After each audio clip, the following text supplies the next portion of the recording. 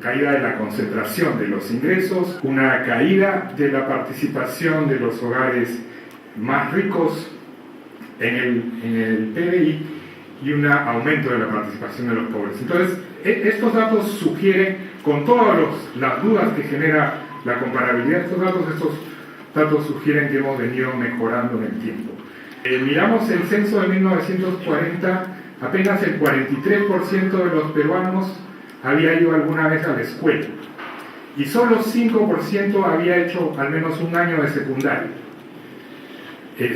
Ahora la primaria es casi universal, las tasas de no matrícula son muy pequeñas y más del 80% ya cursa la secundaria, ¿no? Los datos en el área urbana son incluso más altos. En 1961 el Gini de concentración de la tierra era 0.94, de acuerdo al censo agropecuario del 94 había bajado 0.61. La participación política también ha aumentado enormemente. En las elecciones de 1939 menos del 10% de peruanos en edad de votar lo hicieron, las mujeres no eran permitidas de votar.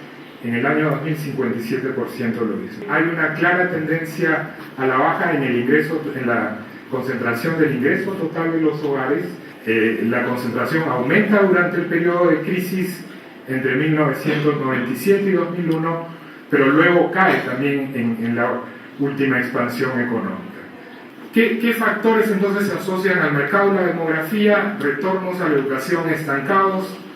Es un resultado del mercado que tiene que ver con la expansión de la educación pública y la educación superior particularmente, y retornos a la experiencia declinante, que tiene también que ver con la demanda del mercado por las habilidades de los trabajadores. Parece que, digamos, por el lado de políticas públicas ha habido una contribución, que la inversión de largo plazo en educación está pagando sus frutos ahora en una menor desigualdad, ¿no? La expansión de la cobertura educativa desde los 70 a esta parte claramente nos está igualando más como sociedad. Diferencias en el acceso a calidad educativa son enormes.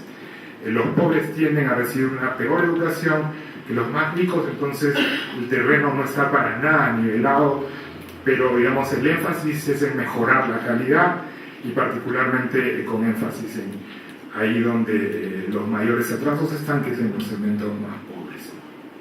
3 rápidas recomendaciones de política para cerrar. Calidad educativa es crucial para seguir mejorando la distribución del ingreso. Continuar reduciendo la brecha en acceso a infraestructura entre ámbitos urbano y rural, y promoción del emprendimiento y la pequeña empresa para que estos pobres emprendedores se consoliden como empresarios y puedan formar la clase media que va a ser más estable económica y políticamente en este país. Muchísimas gracias. Luego de haber compatibilizado los gastos de las encuestas y ajustado el gasto por deflactores espaciales, calculamos los indicadores de Gini para el periodo 85-2006 y lo que encontramos es consistente con lo que Miguel mencionaba, que hay una reducción en los niveles de desigualdad medidos a través del indicador del Gini. Y aquí uno de los indicadores, una de las críticas que típicamente se hace a estos indicadores es que efectivamente las encuestas de hogares no recogen al segmento más rico de la sociedad, que típicamente está excluida, y que seguramente si se incluyeran el patrón sería distinto. Si es que hacemos esa corrección, lo que vamos a encontrar es que la tendencia es muy parecida. Efectivamente, los Ginis crecen sustantivamente cuando se corrigen por cuentas nacionales. Sin embargo, el patrón de alguna manera solamente cambia entre el 85 y el 2004, que tiende a haber un ligero incremento, pero del 2004 hacia adelante continúa existiendo esta reducción en el Gini, inclusive cuando se ajusta por cuentas nacionales. Uno de los problemas con el Gini es que el Gini en general tiende a pesar mucho la parte media de la distribución. Y cuando uno le interesa hablar de distribución, uno podría discutir indicadores alternativos. Percentil 90 versus percentil 10, percentil 95 versus 75, o distintas discusiones de la distribución. Es una línea a través de la cual uno empieza a mirar distintos elementos de la distribución para dar cuenta de la desigualdad de ingresos. Pero otros elementos es tratar de cortar la distribución por un conjunto de características que nos parezcan importantes, que dan cuenta de grupos sociales, que dan cuenta de características de los hogares, para no solamente discutir la desigualdad del ingreso en global, sino discutir la desigualdad del ingreso en categorías que puedan eventualmente ser relevantes para la política. Una reducción del Gini o del TEL con cambios muy importantes de la desigualdad entre grupos. Y ese es un elemento que me parece bastante importante. Eventualmente no pasa mucho a nivel agregado, pero pasa mucho entre categorías. Pocos son los cambios estructurales que estamos registrando entre el 81 y el 93, y el gran cambio en la estructura de polarización espacial y polarización de clase de la distribución ocurre entre el 93 y el 2005. Grandes ciudades, cuando uno mide 81-2005, el Gini se reduce. Ciudades intermedias se reduce. Rural se reduce. Los tres Gini se reducen, es decir, cada una de estas categorías se hace mucho más homogénea. El agregado se reduce, pero las diferencias entre estas jerarquías empiezan a polarizarse.